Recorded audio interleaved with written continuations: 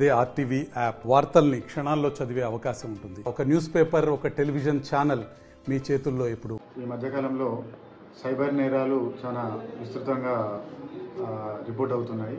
దానికి కారణం కేవలం అవగాహన లోపంతోనే అని చెప్పేసి మా యొక్క ప్రాథమిక అంచనా.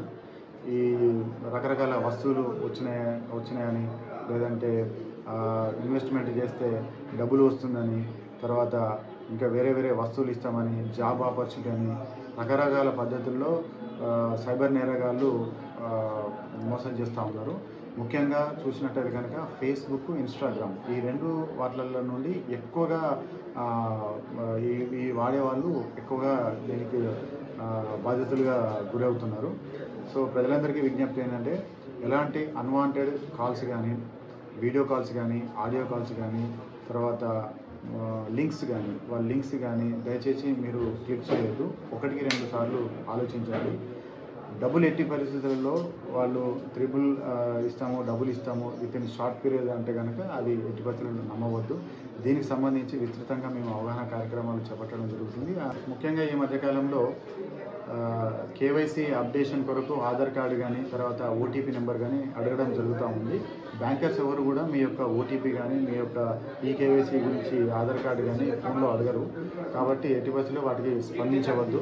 అలాగే మీరు అన్వాంటెడ్ కాల్స్ కనుక, వీడియో కాల్స్ కనుక లిఫ్ట్ చేస్తే మీ యొక్క ఫేస్ అందులో పడడం వల్ల దాన్ని మార్ఫింగ్ చేసి మళ్ళీ మీకే పంపించేసి బ్లాక్మెయిల్ చేసే అవకాశం కూడా ఉంటుంది. దాని విషయంలో తన జాగ్రత్తలు తీసుకోవాలని ఆ యొక్క విజ్ఞప్తి. ఇది ఎంత మంచిదో అంత ఒప్పుకుంటుంది కదా, రైట్. దీని గురించి తెలియదు, వాళ్ళకు తెలియకుండా ఏటీఎం కార్డే కానీ, ఆధార్ కార్డే కానీ, పాన్ కార్డులే కానీ ఈ నెంబర్లను వాళ్ళు అడగగానే బ్యాంక్ వాళ్ళు అనగానే చెప్పేస్తారు.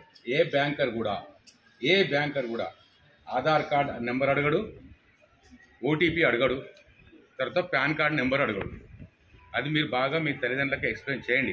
మీరు చదువుకున్నారు, మీ అమ్మ వాళ్ళకు అందరు చదువుకొని ఉన్న ఫ్యామిలీస్ ఉండరు, తల్లిదండ్రులు ఉండరు, కొందరు చదువుకున్న వాళ్ళు ఉంటారు.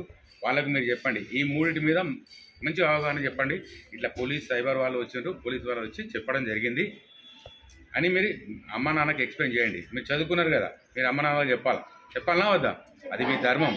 మీరు చదువుకోవాలనే వాళ్ళు స్మార్ట్ ఫోన్ కొనిచ్చారు మీకు ఇప్పుడు కరోనా పీరియడ్లో. సో మీరు దాన్ని ఎట్లా వాడితే ఏమవుతుంది అనేది ఇప్పుడు లోకం చూస్తుంటే మీరు తెలుస్తుంది. రీసెంట్లీ 2-3 ఇన్సిడెంట్లు మన సిద్దిపేట జరిగినాయి కాబట్టి దీని మీద బాగా ఫోకస్ చేస్తున్నాం.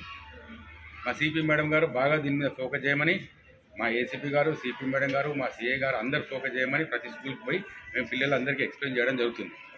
మరిన్ని వీడియోస్ కోసం ఛానల్ ని సబ్స్క్రైబ్ చేయండి. లేటెస్ట్ అప్డేట్స్ కోసం వాట్సాప్ ఛానల్ ని ఫాలో చేయండి. అండ్ లింక్ డిస్క్రిప్షన్ లో ఉంది.